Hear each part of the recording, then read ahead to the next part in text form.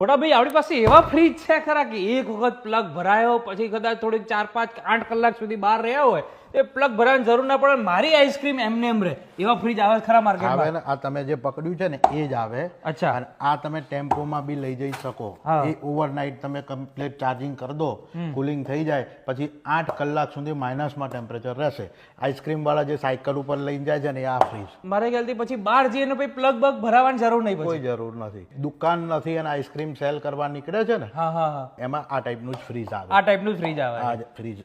હવે અત્યારે છે ને આઈસ ક્યુબ નો બહુ માંગ છે, દરેક પાનના ગલ્લાની ઉપર આઈસ ક્યુબ મળતા થઈ ગયા છે. બરાબર. તો હવે આઈસ ક્યુબ બનાવવા માટે કોઈ એવા મશીન આવે? આ રહ્યું, આ આઈસ ક્યુબ મેકિંગ મશીન છે. અચ્છા. આમાં આઈસ ક્યુબ બને છે. બરાબર.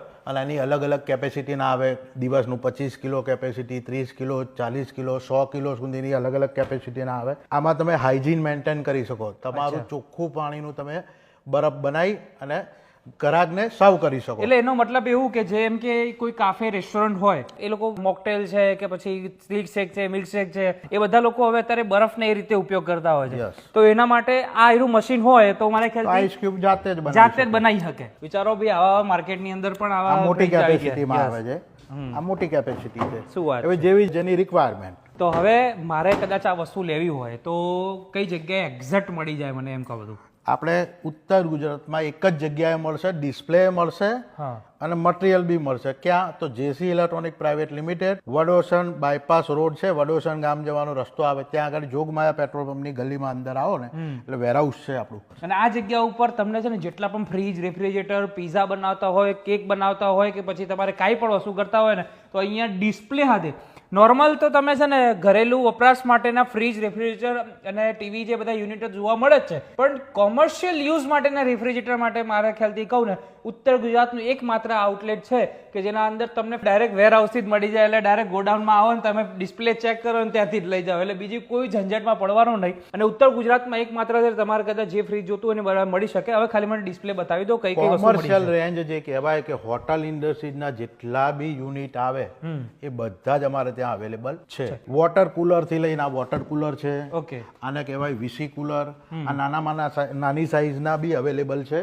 જેમ જેમ મોટા સાઈઝ જોઈએ બધી મોટી સાઈઝ આવે છે. જેમ કે આમાં કોલ્ડ ડ્રિંક છે, સબ્જી છે, આ તે જે પણ રેસ્ટોરન્ટમાં જે રિક્વાયરમેન્ટ પ્રમાણે છે. કોલ્ડ ડ્રિંક્સમાં જે સુપર માર્કેટમાં હોય છે કે આપણે પાન પાર્લર હોય છે ત્યાં જે ઠંડા પાણી મૂકવામાં આવે છે ને પેપ્સી છે એના માટેના રેફ્રિજરેટર. આને કહેવાય VC cooler. 5 star 4 star hotel હોય ને એમાં આ ટાઈપના ફ્રીજ યુઝ થતા હોય છે. અને આ ટોટલી ઇમ્પોર્ટેડ પીસ આવે છે.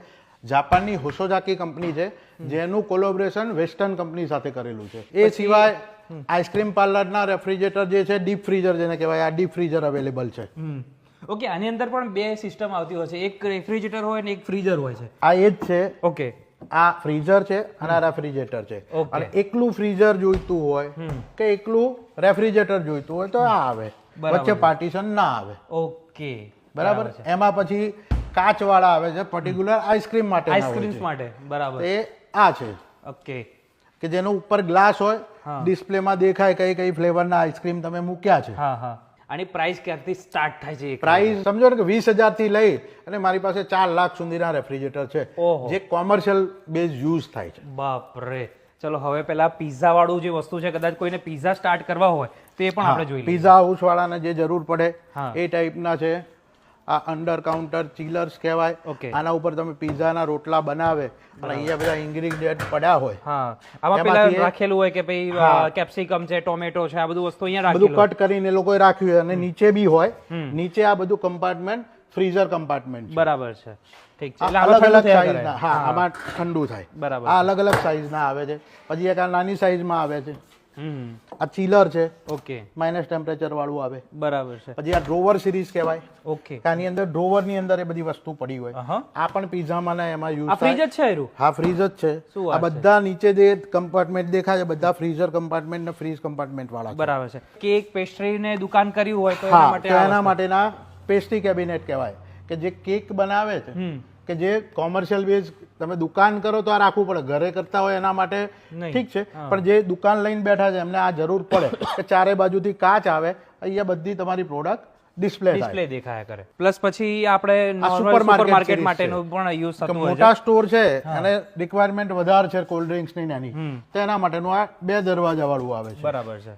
લોકોની જેમ જેમ રિક્વાયરમેન્ટ હોય એ પ્રમાણેના એટલા આમાં અમારી segment માં પાસે લેતા હોય. 1800 લીટર સુધી અવેલેબલ છે. ઓહો. આ 900 લીટર છે, 800-900 લીટરની રેન્જ છે, પણ 1800 લીટર સુધી 3 દરવાજા વાળા બી મળી રહેશે. બરાબર. અને અહીંયા દેખાય છે બધો સ્ટોક પણ બધો દેખાય તમને. આમની પાસે છે અહીંયા ને અમે ગોડાઉન pack જ piece છે. જ રાખીએ છીએ. હા, આમનું છે ને ફ્રેશ પીસ જ રાખેલા છે. અમારી પાસે લોકલ ઉત્તર ગુજરાતથી તો કસ્ટમર આવે, રાજસ્થાનથી આબુ રોડથી હોટલ વાળા અમારા ત્યાં પર્ટિક્યુલર લેવાના જોવા આવે છે. Yes. કારણ કે એમને લેવું હોય તો કેમ મળતું નથી હોતું. નથી. ચોક્કસ. તો એ અમારા ત્યાં અહીંયા આવે છે.